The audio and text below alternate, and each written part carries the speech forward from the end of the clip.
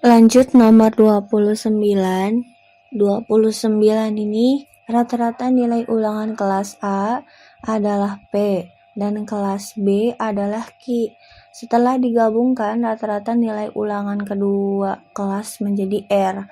Jika P banding Q sama dengan 10 banding 9 dan R banding Q sama dengan 85 banding 81, maka perbandingan banyak siswa di kelas B dengan kelas A adalah di sini yang diketahui itu rata-rata nilai kelas A. Jadi kakak misalkan yang ini itu rata-rata kelas A sama dengan P. Terus yang kelas B adalah Q. Rata-rata kelas B sama dengan Q. Terus di sini rata-rata nilai ulangan kedua kelas menjadi R, berarti rata-rata gabungan sama dengan R gitu. Berarti di sini pakai konsepnya rata-rata gabungan. Kemudian di sini yang ditanyakan adalah maka perbandingan banyak siswa di kelas B dengan kelas A adalah banyak A sama dengan kakak misalkan banyak A itu sama dengan N1, terus banyak B itu sama dengan N2 ya gitu. Terus di sini perbandingan rata-ratanya, kalau perbandingan rata-ratanya itu P banding Q-nya itu sama dengan 10 banding 9, terus R banding Q-nya sama dengan 85 sama 81. Di sini kan sama-sama Q ya. Kalau di sini sama-sama Q, jadinya tapi di sininya Q-nya 9, yang ininya 81. Karena 81-nya nggak bisa 81 bisa ya, jadi dibagi 9, tapi 85-nya nggak bisa dibagi 9.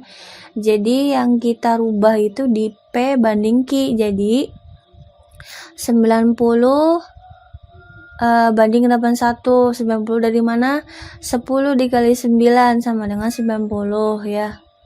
Terus yang 81-nya 9 kali 9 sama dengan 81. Jadi kita rubah dulu nilai perbandingannya gitu.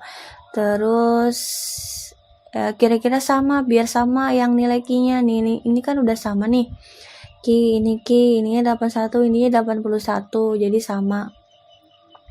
Maka perbandingannya itu P banding Q banding R itu sama aja dengan 90 banding 81 banding 85. Kemudian kita anggap di sini P-nya itu sama dengan 90X. Nilai X-nya itu adalah nilai kali dari semua pembanding. Yang kira-kira kalau dikali X itu nanti jadi nilai sebenarnya gitu.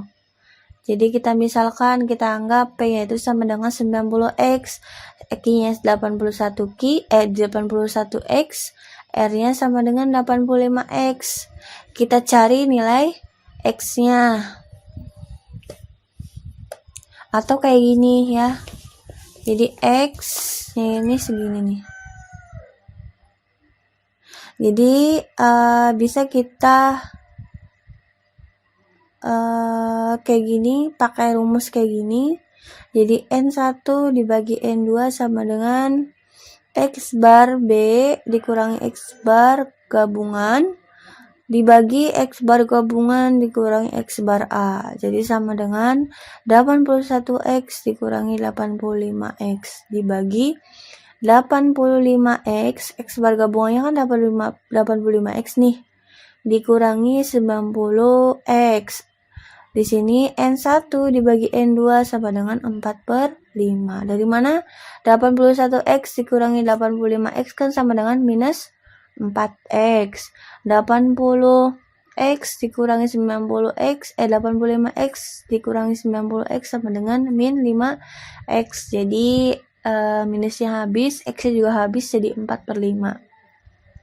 Karena yang ditanyakan adalah perbandingan banyak siswa kelas B dan kelas A adalah, jadi dibalik nih, bukan N1 per N2 tapi N2 per N1 ya, yang ini juga sama dibalik gitu. Jadinya 5/4. Jadinya 5 banding 4 jawabannya. Lanjut ke nomor 30. Jarak P ke Q pada peta dengan skala 1:2.700.000 adalah 20 cm. Dava berangkat dari kota P ke kota Q pada pukul 7 WIT dengan kecepatan 45 km per jam, sedangkan Garda berangkat dari kota P ke kota Q pada pukul 8 WIT dengan kecepatan 60 km per jam. Jika Garda dan Dava berangkat dari tempat dan dengan rute yang sama, maka Garda akan mampu menyusul Dava pada pukul berapa ya. Jadi ini pakainya rumus menyusul nih. Oke, lanjut. Jadi kalau mau nyari waktu itu kan harus ada jarak dan kecepatannya. Sedangkan di sini jaraknya yang diketahui cuman yang pada peta. Jadi kita harus cari jarak sebenarnya dulu. Jarak sebenarnya itu dari jarak pada peta dibagi skala, atau bisa ditulis kayak gini, 2.700.000 dikali 20 cm. Jadinya sama dengan 54 juta cm, atau dijadiin kilometer dibagi 100.000 jadinya 540 km. Terus di sini selisih waktunya antara Garda sama Dava itu kan, si Dava itu kan jam 7 nih berangkatnya, kalau Garda itu berangkatnya jam 8. Jadi delta T ini selisih waktunya itu 1 jam. Terus kecepatan V1 itu kecepatan Dava 45 km per jam. Terus V2-nya kecepatan Garda sama dengan 60 km per jam. Lanjut. Nah, pakai rumusnya kayak gini nih. Kalau pengen nyari kapan waktu menyusul itu kayak gini nih. Pakainya kita cari T-nya dulu biar gampang. T sama dengan V1 dibagi V2 dikurangi V1 dikali delta T gitu. Jadi cari waktunya dulu. Cari waktu, kemudian cari waktu susulnya ya. 45